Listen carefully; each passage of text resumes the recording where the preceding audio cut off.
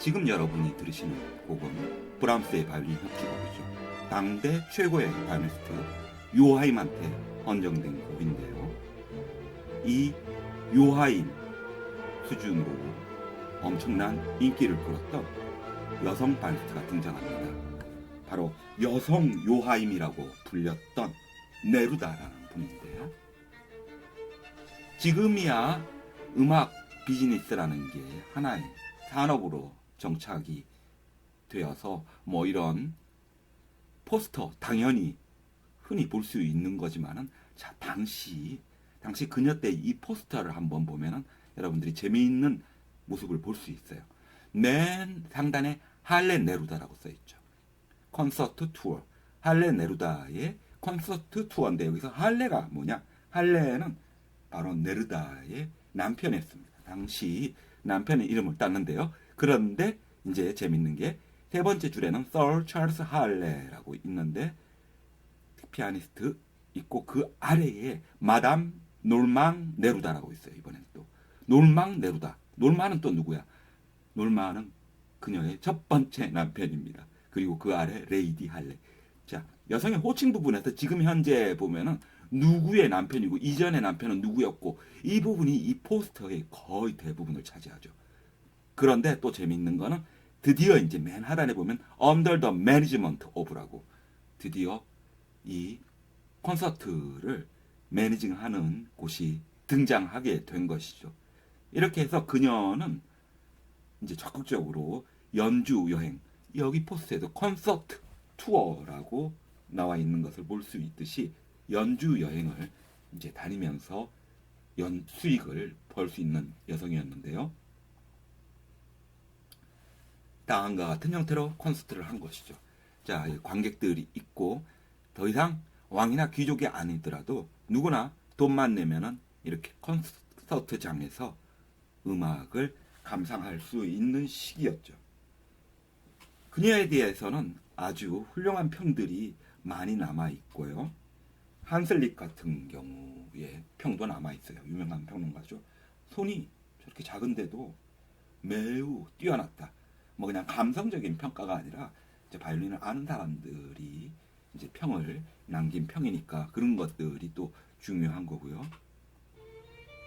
그리고 그녀는 이런 솔리스트 활동뿐만이 아니라 지금 들으시는 곡은 비에탕의 바이올린 협주곡인데 비에탕 역시 대단한 바이올리니스트였고 그리고 또 작곡가였는데 그가 그 런던 연주할 때 그때 1년에 오케스트라 연주회를 통해 가지고 같이 그녀랑 함으로써 일약 런던에서도 연주회 여왕으로 만들었고요. 또 지금 보시는 거는 그녀의 현악 사중주단으로서의 공연 장면인데 지금도 현악 사중주에서 퍼스트 바이올린이 여성인 경우는 그렇게 많지는 않죠. 현악 사중주는 음악 형태 중에서 굉장히 어려운 형태 중에 하나거든요. 굉장히 리더십이 상당히 중요하고요. 그런데 아주 훌륭한 현악 사중주단을 조직해가지고 연주를 했었고요. 이렇게 해가지고 거의 뭐 전 유럽에서 널리 알려진 연주자가 되었고 그뿐만이 아니라 지금 같으면은 뭐 팬그룹이 있어가지고 지금 보시는 1709년산 스트라디바리 같은 경우는 그녀의 팬들 후원자 그룹이 구매해가지고 그녀한테 선물을 해줬을 정도입니다. 그뿐만이 아니라 아솔로라는 지역에 있는 궁전까지도 사가지고 줬어요. 이렇게 해가지고 명실공히 상당히 성공적인 여성이었죠. 이렇게 당시 이제 뮤직 비즈니스가 태동하는 시기였고 그리고 그러면서 그 시기에 그녀는 완벽하게 하나의 그 클래식 공연 연주자로서 콘서트 바이올리니스트로서 성공을 하였죠. 물론 그녀 후반기 1911년에 돌아가셨는데 그녀 후반기에는 레코딩을 하시는 다른 분도 있었지만 그녀는 레코딩은 남기지 않으셨습니다. 19세기 후반에 활동했던 여성 바이올리니스트 중에 또 유명한 분이 지금 사진에 보시는 테레사 밀라놀로라는 분이에요. 그런데 이분은 작곡도 했고요. 지금 들으시는 곡을 작곡을 했는데 근데 이분 같은 경우는 1902년까지 살아 계시지만은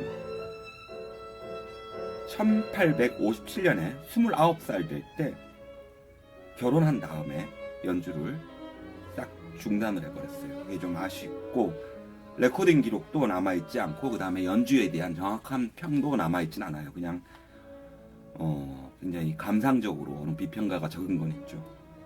뭐 어떤 연주자였는지 파악이 거의 불가능한 정도지만 그 비평가가 1854년에 적은 거 보면은 이래요. 밀라놀로는 위대한 예술가이다. 여러 면에서 너무나 뛰어나서 그녀에 필적할 만한 예술가가 거의 없을 정도다. 파가니니가 해냈던 것만큼 해낸다. 뭐 이런 식으로 대단하다. 이 정도 표현만 해대고 있고요.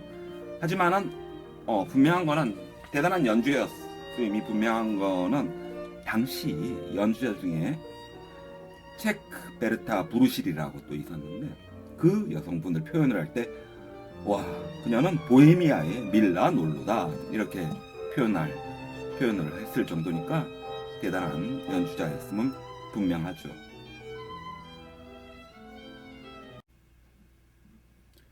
이제 이야기는 다시 처음에 소개해드린 모두 파웰로 돌아갈 때가 된 것 같은데요. 이 이야기가 음악 비즈니스가 이제 형성되고 나서 많은 레코딩을 통해 가지고 이제 여러 여성 바리스트들이 나오게 되는데 그 이름을 나열할 필요는 없을 것 같고요. 맨 처음에 말씀드렸던 모드 파웰의 스승이었던 카밀라 우르소를 통해 가지고 모드 파웰로 이 이야기를 끝내고자 합니다. 모드 파웰의 스승이기도 했던 카밀라 우르소는 프랑스 태생인데요. 당시 가장 훌륭한 여류 바이올리니스트다라고 칭했는데 이분 같은 경우에 대해서 모드 파웰은 말하기를 카밀라 우르소 부인이 한 일을 자신은 계승하고 있다고 얘기를 했어요. 여성 바이올리니스트들이 이제 처음 시작하는 이 길에서 카밀라 우르소가 여자도 연주자로서 나갈 수 있다는 길을 개척해야 된다고 했고 자기는 그 스승을 따라가지고 그 개척을 계속 하고 있다라고 직접 언급을 했었죠. 모드 파웰이 자신의 스승 카밀라 우르소와 관련해서 얘기했던 이 얘기를 전부 다 말씀드리면 내가 처음에 연주자로서 길을 걷기 시작했을 때 여류 연주자를 키우기 위한 개척 작업을 이제 나는 시작했다.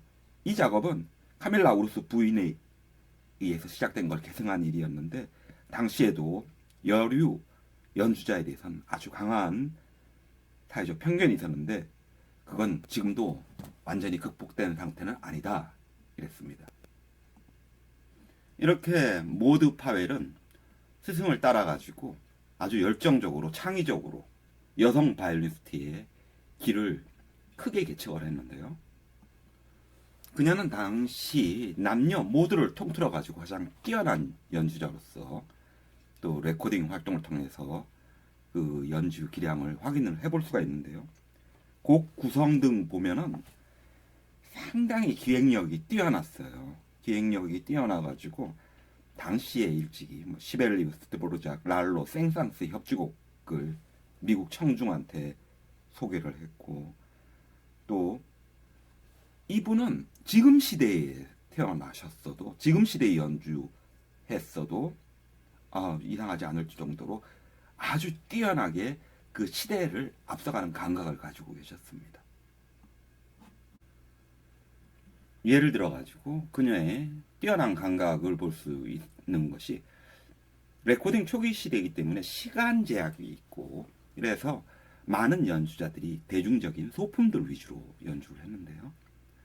모드 파웰 이분은 바하 바이올린 소나타 녹음을 또 남겼죠.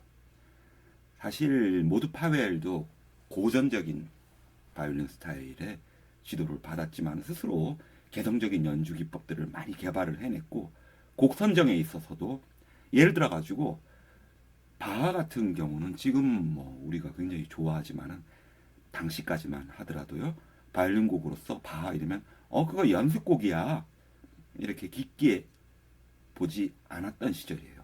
그런 시절에 음반 녹음 시간에 제약 등에도 불구하고 바하 녹음을 남겼는데요. 그녀의 바하 바이올린 소나타 E 메이저 연주를 들으면서 이 시리즈를 마치도록 하겠습니다. 수고하셨습니다. 여러분 감사합니다.